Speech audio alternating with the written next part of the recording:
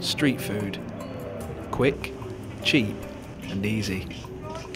With an estimated 2,000 street food traders in Britain, what does it take to be a successful street food trader?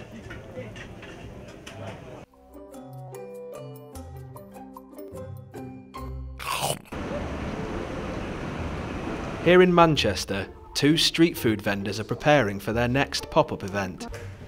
Meat Bangers and Bacon. Claridge's trained chef, Richard Brown. She's great balls of fire. I was like, give me C9, and I was like, yes, I'm on. And James Taylor, a third-generation butcher. They have an empty space, but with little time, can they turn this into a restaurant? Basically, we're going to have to build a wall here for health and safety reasons. We have to build a wall, which will block the staircase as it goes in.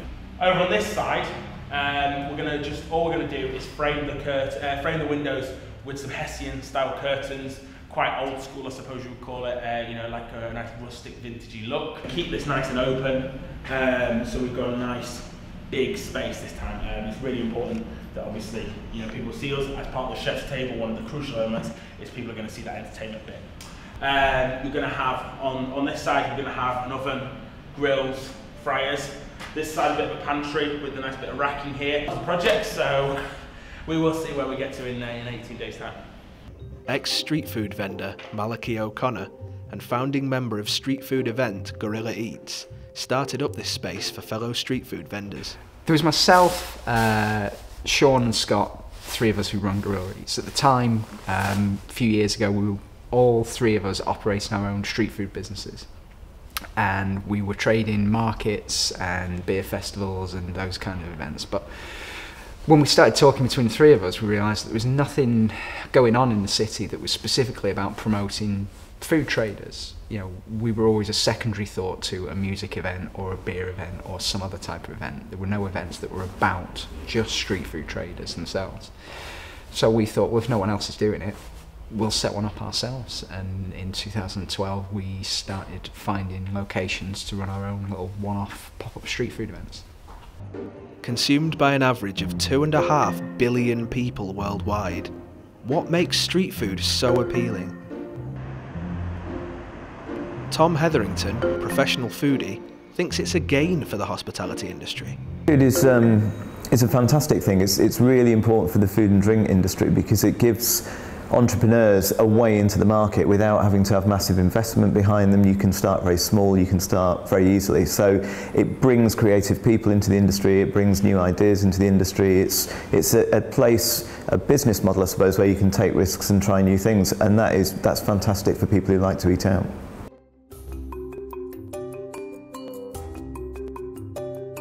Over the past week, difficulties, yes, a number of them. One big one, cash flow.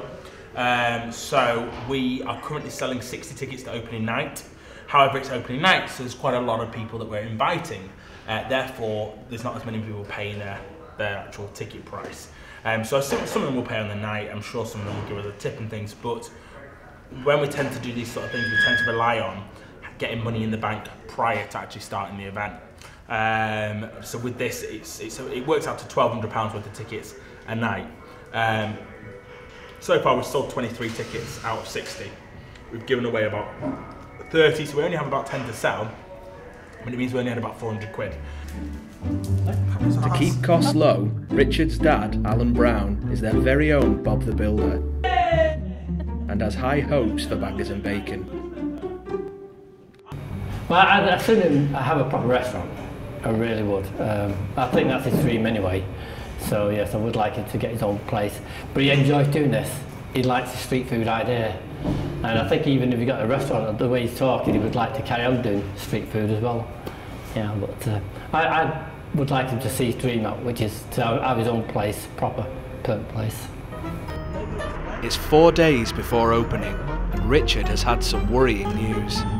Disaster, we have found out that we haven't got the sponsorship that we were supposed to have. We had a very nice local food store, and they're great people, and they're very, very, very friendly and very good, and they're nice at what they do.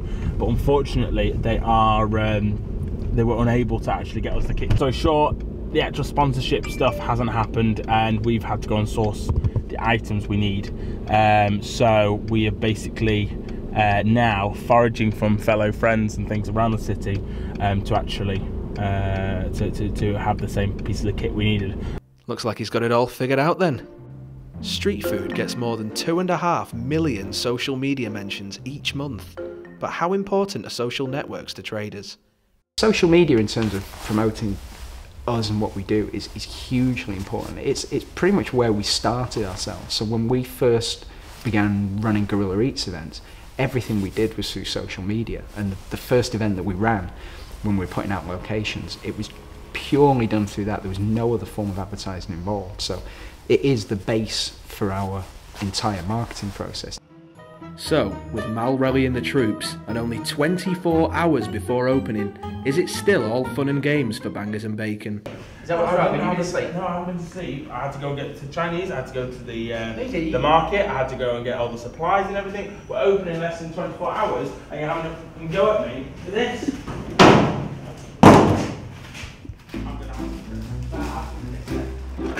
Now the pair have kissed and made up.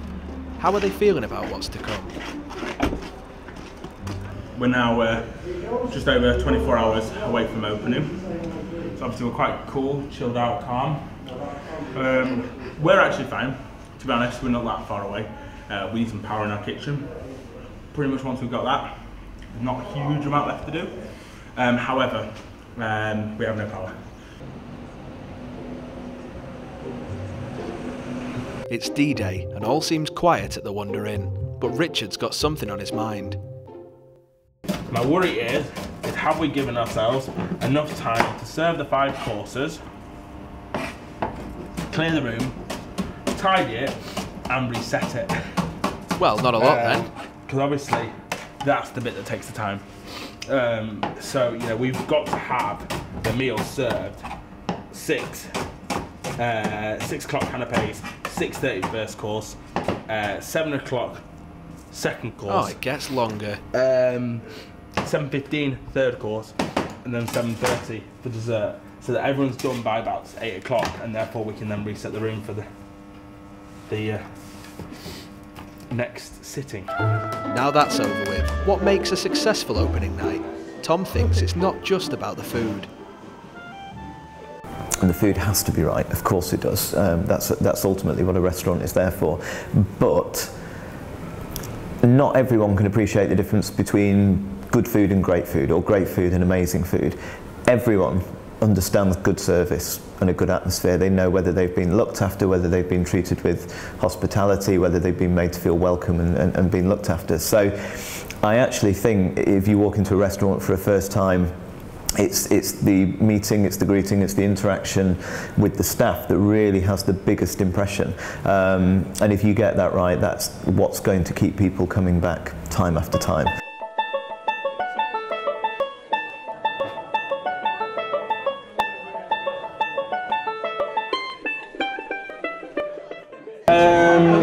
I think we could be a little bit quicker.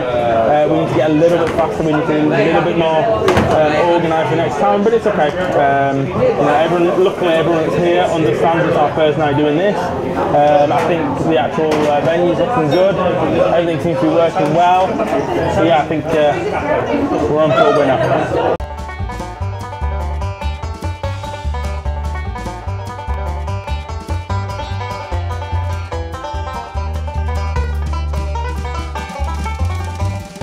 Brilliant, you know, it's actually really good food because people know the provenance of where it's come from, they know how people have made they make it right there in front of you. Especially in Manchester, it's just completely taken over. So many different things. I do a bit of street food myself occasionally, and it's just, I don't know, it's just made people go out and dine. Mind up, we're in a place tonight, it's a bit nippy, but the food's here and it's fantastic. I like it. I think it's quite a fun and informal way of like eating rather than, you know, like going and sitting down somewhere just with the people that you're with.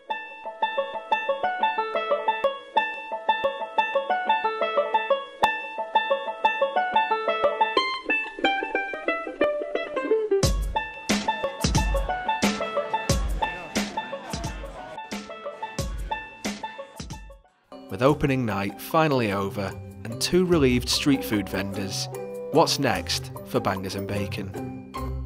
next for Bangers and Bacon is a more permanent site for us. We're actually just getting towards the end of the process of taking over a unit in Spinningfields, so hopefully that will be a permanent site, and then onwards into more sites, hopefully. And obviously world domination.